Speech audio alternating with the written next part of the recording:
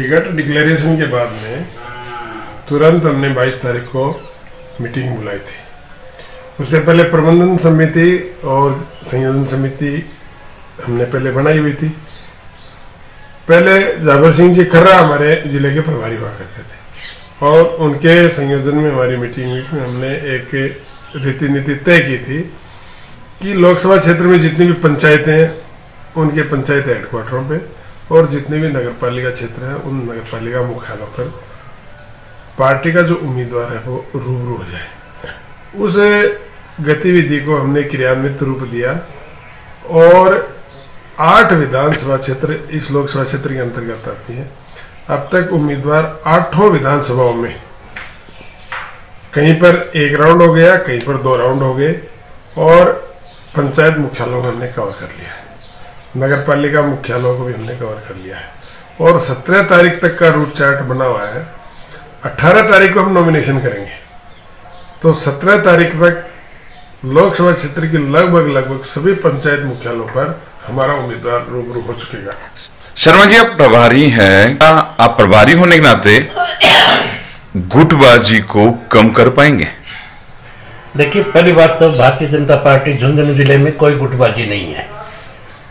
संतोष जी अहलावत हमारी वरिष्ठ नेता हैं और वो किसी प्रकार की बगावत नहीं करेंगी। ये केवल एक कांग्रेस की अफवाह मात्र है। वो उन्होंने खुद ने भी प्रेस कॉन्फ्रेंस करके कह दिया था कि वो पार्टी के साथ हैं, पार्टी के साथ रहेंगी। काम की शैली कुछ कम ज़्यादा हो सकती है, ये कोई विशेष बात नहीं है, लेकिन अभी तक उनकी कोई ऐसी बात नहीं आई हमारे सामने कि वो कोई विरोध कर रही हैं। सैनी जी, आपने कहा कि सभी जगह जा चुके हैं 8 विधानसभा के अंदर, लेकिन अभी भी वो कार्यकर्ताओं से जो रूबरू होना चाहिए, जो पुराने कार्यकर्ता हैं और कई जो एक मजे हुए खिलाड़ी हैं पार्टी, उनसे नरेंद्र जी ने मुलाकात ही नहीं करी है। नहीं, ऐसी तो कोई बात नहीं है कि मुलाकात नहीं की हो। हम जब भी पार्टी संगठन की मीटिंग बुलाते हैं उसमें पार्टी के वरिष्ठ कार्यकर्ताओं, पार्टी के वरिष्ठ नेताओं को, जो भी पूर्व जिलाध्यक्ष हैं, पूर्व विधायक हैं, उनको सबको हम आमंत्रित करते हैं और मीटिंगों में आते भी हैं। इसलिए हम ये तो नहीं कह सकते। अभी फिलहाल 17-18 तारीख के बाद के जो और कार्यक्रम चलेंगे उनमें बड़ी सभाएं होंगी, बड़े कार्यक्रम होंगे और उनमें इस तरह के सभी कार्यकर्ता मौजूद भी होंगे। एट प्रेजेंट कल को ये नहीं हो कि अमुक पंचायत में उम्मीदवार आए नहीं, क्योंकि लोकसभा का चुनाव एक बहुत बड़ा चुनाव होता है और नॉमिनेशन के बाद में इतनी व्यस्तता हो जाएगी कि वो पंचायत मुख्यालयों पे जा नहीं पाएंगे। इसलिए ये कार्य हमने नॉमिनेशन से पहले कवर करने की योजना बनाई। नहीं, आपने कवर करने की योजना बनाई है, उससे पहले दूसरी विपक्ष जिसे कहते हैं वो उन लोगों को पकड़ लेगा तो?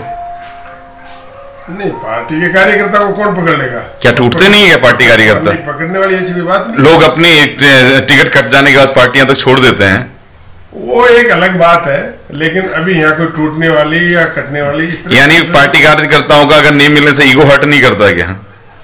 नहीं, इसमें एक मुख्य कारण और है कि अब की बार कार्यकर्ताओं के मन में और आम जनता के मन में अब की बार पार्टी से भी बढ़कर मोदी सरकार, देश का चुनाव है, ये राष्ट्र हित के लिए चुनाव है ये, इसलिए कार्यकर्ता कोई ज्यादा ईगो हर्ट नहीं कर रहा है। कार्यकर्ता को ऐसा नहीं लग रहा है कोई मिलेगा कि नहीं मिलेगा।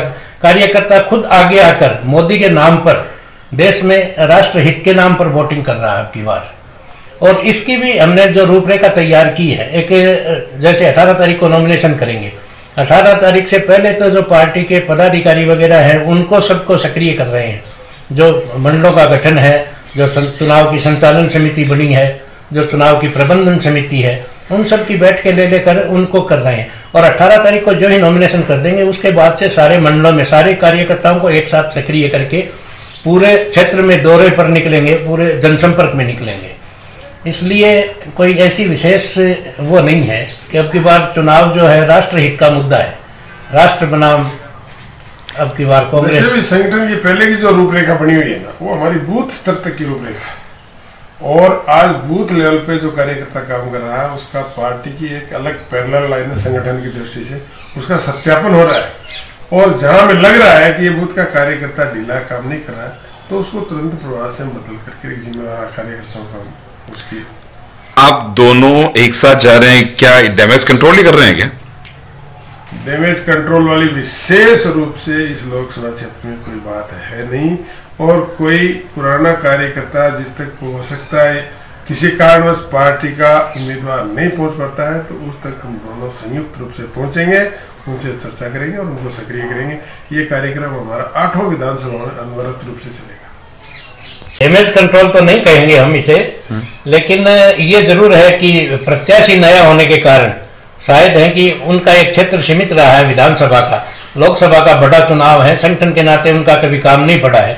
ऐसे में जो हमारे वरिष्ठ और पुराने कार्यकर्ता है उन सब से उनकी पहचान नहीं हो, इसलिए हमने ये तय किया है कि हम संगठन के हिसाब से जो जिम्मेदारी हमें मिली है उस नाते सभी वरिष्ठ और पुराने कार्यकर्ताओं को सक्रिय करें, उनसे मिलें और कैंडिडेट का हमारे प्रत्याशी जो है नरेंद्र जी, उनका समन्वय उनसे स्थापित और निरंतर वो काम करें। पार्टी ने जिम्मेदारी भी बहुत सोच समझ के दी है।